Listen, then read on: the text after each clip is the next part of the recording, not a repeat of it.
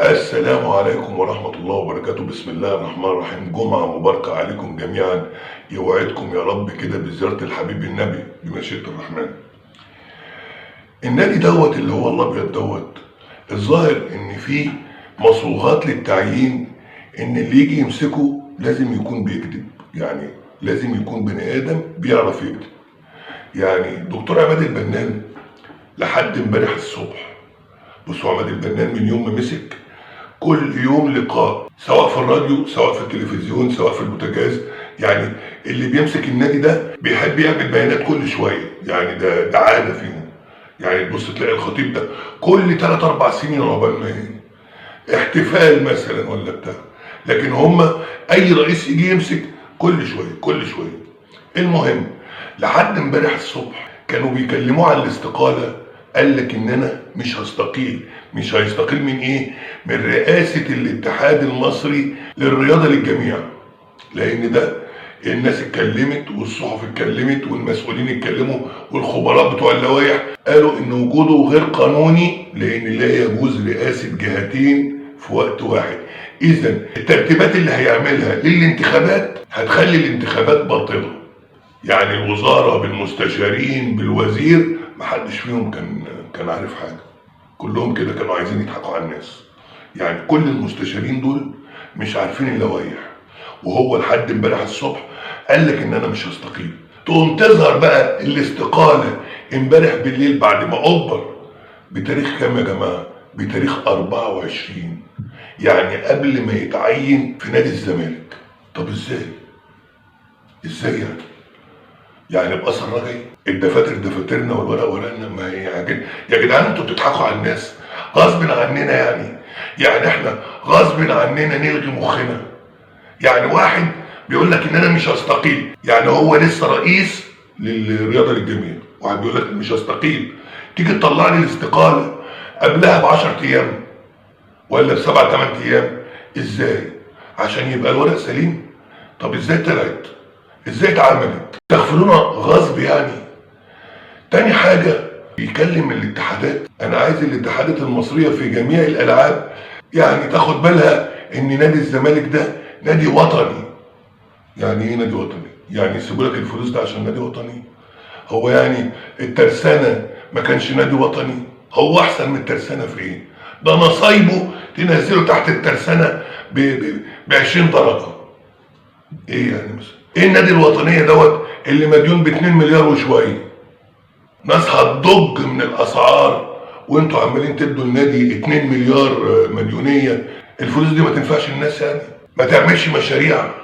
هل مثلا الزمالك بيعوضها بطولات مثلا لا قدر الله ولا حاجة؟ ده ما بياخدش حتى بطولة البيلي. يعني لا عمدة نافع ولا شيخ غفر نافع، وخربان من كل ناحية، عمال بس يستنزف الفلوس. ما هي علاقة الوطنية بان نادي كل شغلانته انه ياخد فلوس ويصرفها بس، ويصرفها في امور خيبانة؟ ايه بقى العلاقة؟ السلام عليكم ورحمة الله وبركاته. نبدأ حلقتنا بالصلاة على النبي، ونزود من الصلاة على النبي النهاردة يوم الجمعة. اللهم صل وسلم وبارك على سيدنا محمد وعلى آل سيدنا محمد، عدد ما كان وعدد ما يكون وعدد الحركة والسكون وعدد ما أحاط في علمه المكنون، صلاة لا تعد ولا ترد ولا يعرف مقدارها أحد، يا من صفاته قل هو الله أحد الله الصمد لم يلد ولم يولد ولم يكن له كفوا أحد. بعثة الأهلي في النمسا امبارح لعب مباراة بين الأحمر والأبيض، أهلي وأهلي، والنتيجة 1-1. هنا حسين الشحات وهنا صلاح محسن وطلعوا حبايب. الخطيب رغم ان هو رايح ألمانيا لرحلة علاج، إلا إنه اتوجه للبعثة هناك وقعد مع كولر واتكلموا على المهاجم والوضع كده مش عارف يعني في إيه. معمول لنا عمل على عملية المهاجم ديت، يعني اشمعنى المهاجم اللي مش عارفين نجيبه بقالنا سنتين؟ المهم ان المهاجم بنسبة 99.9 انه تأجل ليناير، وربنا يسهل بقى عشان احنا تعبنا في حكاية المهاجم ديت ومش عارف ايه السر في كده. يعني نيجي يا جماعة في حكاية محمد صلاح. محمد صلاح الكلام بيقول النهاردة ان هو هيتاخد بطيارة خاصة من انجلترا للسعودية، لانه هو وقع، بيقول انه وقع. عايز اتكلم في حاجة يا جماعة. محمد صلاح هياخد 5 اضعاف اللي بياخده في ليفربول. ماشي؟ يعني محمد صلاح في ال3 سنين اللي فاضلينه كأنه بيلعب لحد سن 45 سنة في ليفربول. تخيلوا، لا يمكن هو هيلعب لسن 45 سنة في ليفربول. زائد ان ليفربول ما بقاش ليفربول. عايزين نتكلم في الواقع يا جماعة. ماني توك، انتوا بتتكلموا في مبالغ رهيبة. احنا بنتكلم بقى في المجد الكروي والكرة الذهبية، لكن ده اعظم منه ناس واخده الكرة الذهبية دي 4 5 مرات، سابت المجد ده وراحت الفلوس. الفلوس بتغير.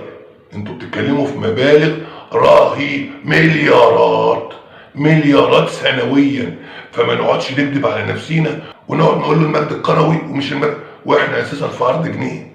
لما بتبقى في مصلحه كده الواحد يجري وراها، ما نكذبش على بعضينا.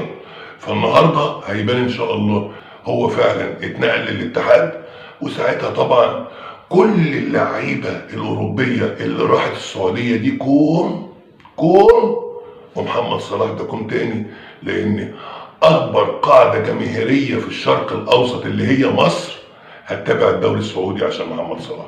ده بالنسبه لمحمد صلاح.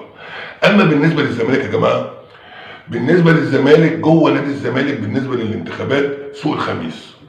جوه سوق الخميس دوت بمجموعته وده بمجموعته، وبره اجتماعات وجوه اجتماعات، واحزاب هنا واحزاب هنا، ومش عارفين الدنيا واصله لفين.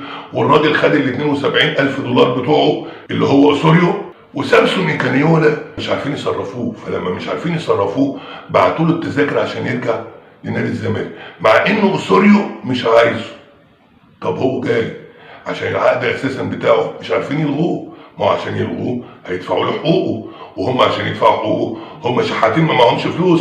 الفلوس اللي بيدفعوها منين احنا ما نعرفش، لكن كفلوس لنادي الزمالك مبالغ كبيره مش موجوده. فالراجل جاي على غير رغبه اسوريو عشان يحضر المعسكر اللي نادي الزمالك عامله في مصر الجديده، والتدريبات هتبقى في استاد الكليه الحربيه اللي طلع خالد الغندور قال لك يا جدعان المعسكرات مش باوروبا وبتاع ومش عارف ايه ده هنا في اماكن هنا جميله جدا. انا كنت في ايطاليا والدنيا حر نار، وتاني يوم مطره وسقعه ومش عارف ايه، الاجواء وحشه جدا. هي الاجواء وحشه جدا، وايطاليا دي كخه جدا عشان انتوا ما عرفتوش تطلعوا بره مصر. لكن انتوا لو خرجتوا بره مصر حتى بصوا على الحدود الليبيه هتقول لك اتعمل معسكر عالمي اوروبي شرقي غربي شمالي جنوبي، لكن عشان مش عارفين تخرجوا يبقى مش يا جدعان، مش بالمعسكرات الاجنبيه ومش بالمعسكرات اللي مش عارف ايه. وانت لما ايطاليا اساسا وحشه ما عملتش ليه سياحه لبلدك انت كده ورحت اي شرم ولا الغردقه ولا اسكندريه ولا الساحل الشمالي وعملت سياحه لبلدك؟ لما انت راجل وطني قوي كده واوروبا وحشه، احنا هنكدب على بعض؟ ده كفايه الماء والخضره والوجه الحسن، انت تقعد تكدب علينا اوروبا وايطاليا وحشه؟ يا راجل خلي عندك ضمير، قول مفيش فلوس مسافر، مفيش فلوس يا حلولي، مفيش فلوس. قول كده وما تكدبش على جمهورك. ودي نهايه الحلقه، ويا ريت اذا عجبتك الحلقه ما تنساش تدعم اخوك باللايك والشير والاشتراك في القناه وتدعيم زر الجرس. والسلام عليكم ورحمه الله وبركاته.